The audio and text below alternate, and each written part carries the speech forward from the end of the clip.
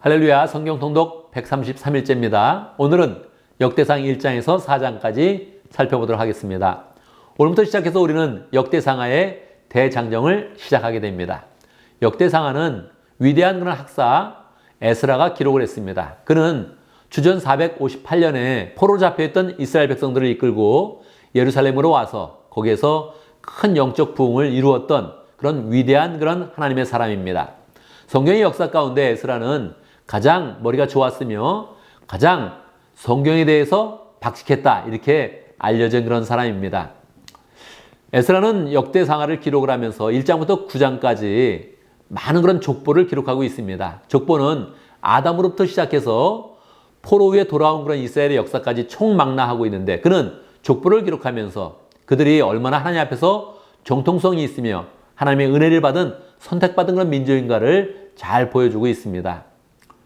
역대상하의 그런 기록은 다윗 시대, 즉 사무엘 하부터 시작해서 열왕기 상하의 그런 내용과 일치되고 있습니다. 그런데 열왕기 상하는 남북으로 분단되었을 때, 남유다와 북이스라엘로 분단되었을 때 북이스라엘에 대한 그런 기록이 많이 기록되어져 있는데 이 역대상하에서는 북이스라엘에 대한 그런 내용은 제외합니다. 왜냐하면 하나님의 그런 역사가 남유다로 향하고 있으며 구속의 그런 역사, 구원의 그런 역사가 남유다를 통해서 이루어지기 때문에 에스라는 구원의 역사에 집중하여서 남유다의 그런 역사를 기록하고 있고 또한 그 중에서도 조금 더 밝은 면을 많이 기록하고 있습니다. 한 왕이 있을 때 잘한 건가 못한 점이 있다면 못한 점은 가능한 줄이고 잘한 점을 많이 기록하면서 포로에서 돌아왔던 그런 이스라엘 백성들이 다시 잘한 모습들을 보면서 교훈을 받아서 신앙으로 온전히 서고 하나님의 축복을 받도록 하는 그런 목적 가운데서 이렇게 긍정적인 면을 기록을 하고 있습니다.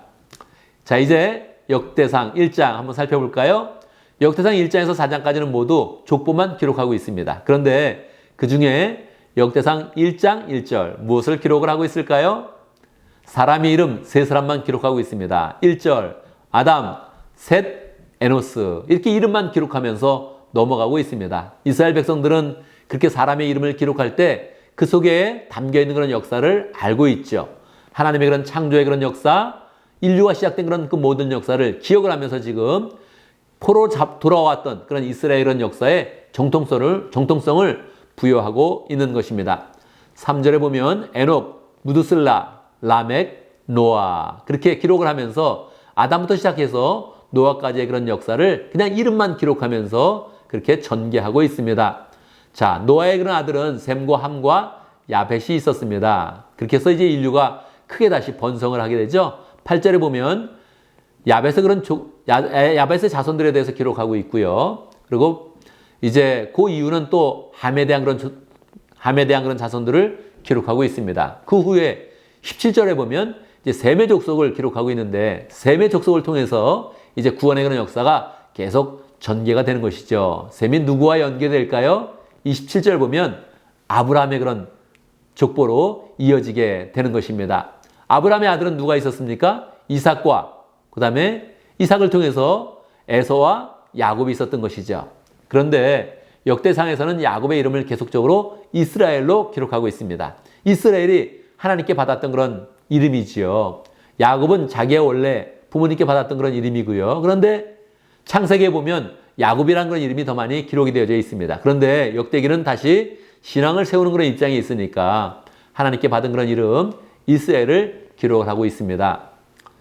35절에 보면 에서의 아들들도 기록되어 있고 38절에 보면 에돔의 그런 원주민과 에돔의 왕들에 대한 그런 족보까지 기록하고 있습니다. 그러니까 이 에스라의 그런 그 머릿속에 얼마나 많은 그런 역사가 담겨져 있는지를 우리가 상상할 수 있는 것이지요.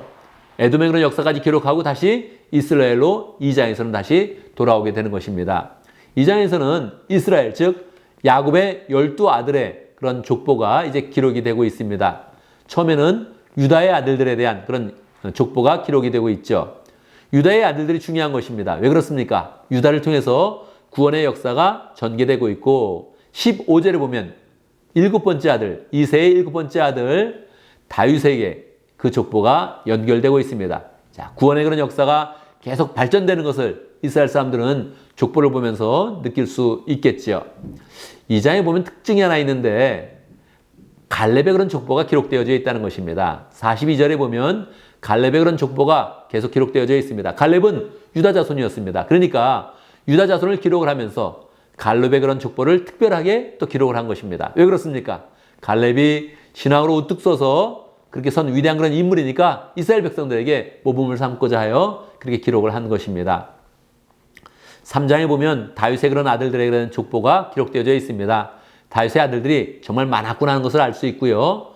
5절에 보면 솔로몬의 그런 그 족보가 기록되어져 있는데 솔로몬도 밧세바의 첫 번째 아들이 아니라 이 내용을 보면 네 번째 아들이었습니다. 그러니까 솔로몬이 왕이 되었을 때 그가 처음에 통치하기가 얼마나 어려웠나를 알 수 있죠. 그런데 특별한 그런 사랑을 입어서 솔로몬이 왕이 되어서 통치를 한 것입니다. 자, 그리고요, 이제 10절부터 르호보암이 기록되어져 있고 그 이후로는 유다 왕들의 그런 내용이 계속적으로 기록이 되어 있다가 그리고 나서 17절부터는 포로에 잡혀간 그런 왕의 후손들의 그런 이름까지도 계속 기록되어져 있습니다. 그리고 나서 19절에서 스룹바벨의 이름이 기록되어 있는 것입니다. 스룹바벨이 누구입니까? 포로에서 가장 먼저 이스라엘 백성들을 이끌고 돌아왔던 그런 이스라엘의 지도자입니다. 그는 약 5만 명의 그런 이스라엘 백성들을 이끌고 포로에서 돌아와서 다시 이스라엘을 영적으로 온전히 세웠던 위대한 그런 인물이지요. 4장에 보면 이제 유다 지파의 그런 유다 자손에 대한 그런 그 내용들이 조금 더 기록되어져 있고 그리고 24절부터는 시몬 지파의 그런 내용이 기록되어져 있습니다. 그런데 9절에 보면 특별하게 유다 자손에 대한 그런 기록을 좀 더 기록을 하면서 야베스라는 그런 사람에 대해서 이야기를 하는 것입니다. 야베스는 고통, 수고 그런 뜻을 담고 있습니다. 그 어머니가 그를 낳을 때 굉장히 어려웠던 것이죠. 그런데 야베스는 그 어려움 중에 자라서 10절에 보면 야베스가 이스라엘 하나님께 기도를 하는 것입니다. 무엇이라고 기도할까요? 나에게 복의 복을 더해 주시고 내 영토를 넓혀 주시고 주님의 손으로 나를 도우셔서 불행을 막아주시고 고통을 받지 않게 해주십시오. 이런 기도를 했습니다. 그런데 그 기도를 기록한 것은 그렇게 기도하였더니 하나님께서 그가 구한 것을 다 이루어 주셨다. 그렇게 기록을 하는 것입니다. 그래서 이 족보를 길게 기록을 하면서 기도 속에서 승리했던 위대한 인물 야베스를 포함시킨 것입니다. 우리도 정말로 많은 그런 사람 중에 한 사람 아닙니까? 많은 자손 중에 우리가 한 사람인데 늘 기도 가운데 온전히 서서 하나님의 위대한 인물이 되겠다. 이렇게 마음을 먹으면 좋겠습니다. 감사합니다.